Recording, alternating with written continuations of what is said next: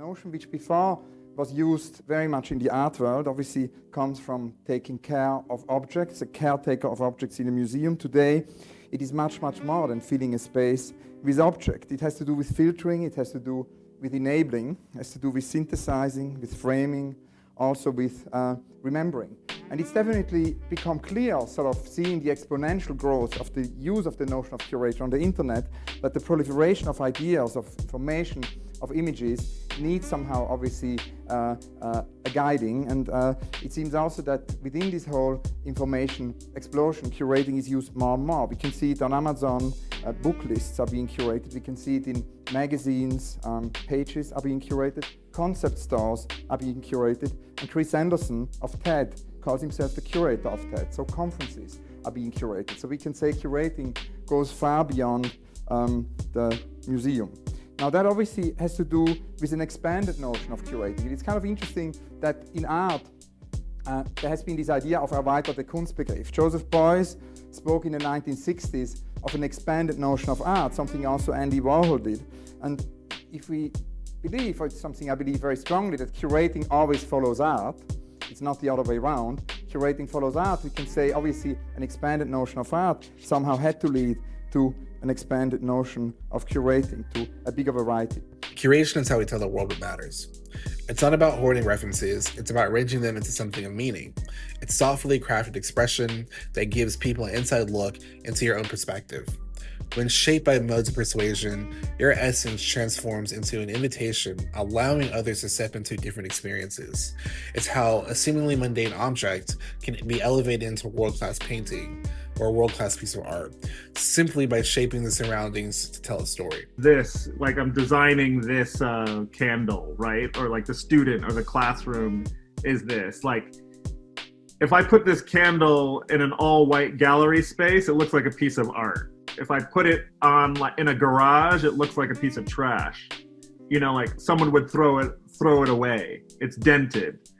And I think I often use this analogy in design. I could either design the candle and spend a lot of time like telling you about the candle, or I could just design the room instead. You curate from your own personal experiences and tastes, and that's something to lean on. Seek out the people who inspire you to create, study their work, and add your own spin to it. I know that in your very early work, you were influenced by Gropius. You were studying in a campus that was designed by Mies van der Rohe, which maybe had some influence on your use of the grid. Yeah. And you also were influenced by Caravaggio, and you mentioned Rem Koolhaas and also Margiela. Can you talk a little bit about how those influences actually affect the way that you work, which is so specifically Virgil Abloh. And so who are your heroes, and how do you take what you learned from them and then transfer it into something that's uniquely your own? Yeah. And it's funny when, like, post-rationalizing my career and my taste, like, why do I like Helvetica? Why do I like graphics that look like that? Or why do I like fashion that feels like that? The first phase in becoming a designer is sort of like self-analyzing yourself. You know, it's sort of digging into like, what are your primal emotions and why do you like the things that you like?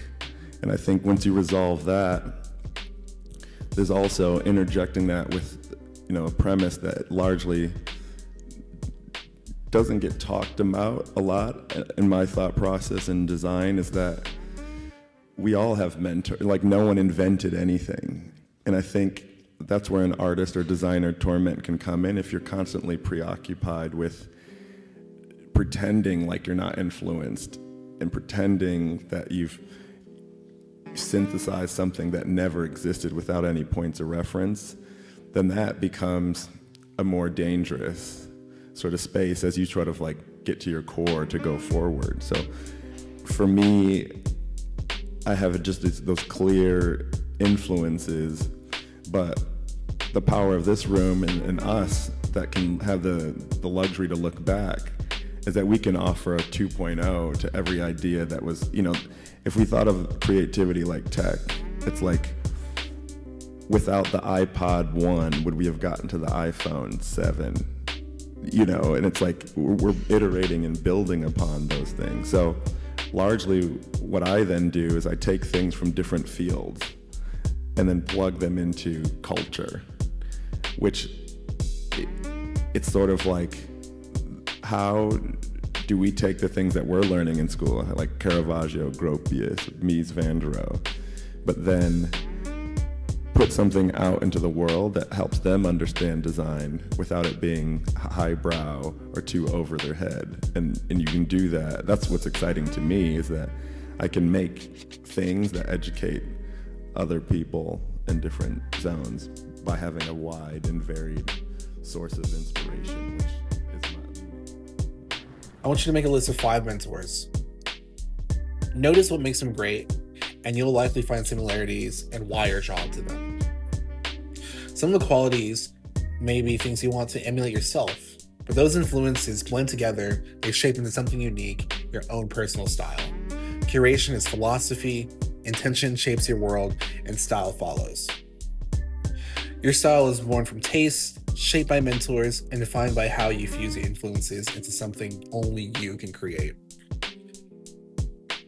Let's explore Westside Gunn and his ability to transcend mediums and transport his fans into the elegant side of counterculture, a framework he shaped in part through his experience working with Virgil.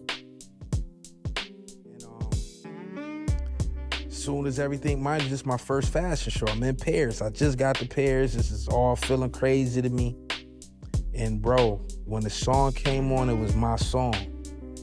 It just blew me away. It was just like, this is crazy. Like, wait a minute. Like, he surprised me. Like, he already knew the song. That's why he wanted me there. Cause he already knew. Was it Dr. Burrs? Nah, it was Perfect Plex. Okay. With Rock Marcy. Okay. And it was crazy because it was just like, it was an insane feeling I never had before, just him doing that for me. And you know, ever since that moment, like, I just been super inspired, and I literally made Pray for Paris like 2 days later. You know what I'm saying? Like, I made it in Paris. Like, I took that because what happened was, Off-White show blew my mind. Now I'm meeting everybody, Tekashi, and you know what I'm saying? All of these people, even in the art world that I respect, I'm meeting them because they're here at this show. And the very next day was his first Louis Vuitton show. So now I'm going to the Louis Vuitton show. Now I'm with all my peers and that I really like respect and love, like sitting here and, you know, he gave me front row right next to Just Don. I was wearing nothing but Just Don at the time. So it was like, is this even like set up? Like, it was like perfect.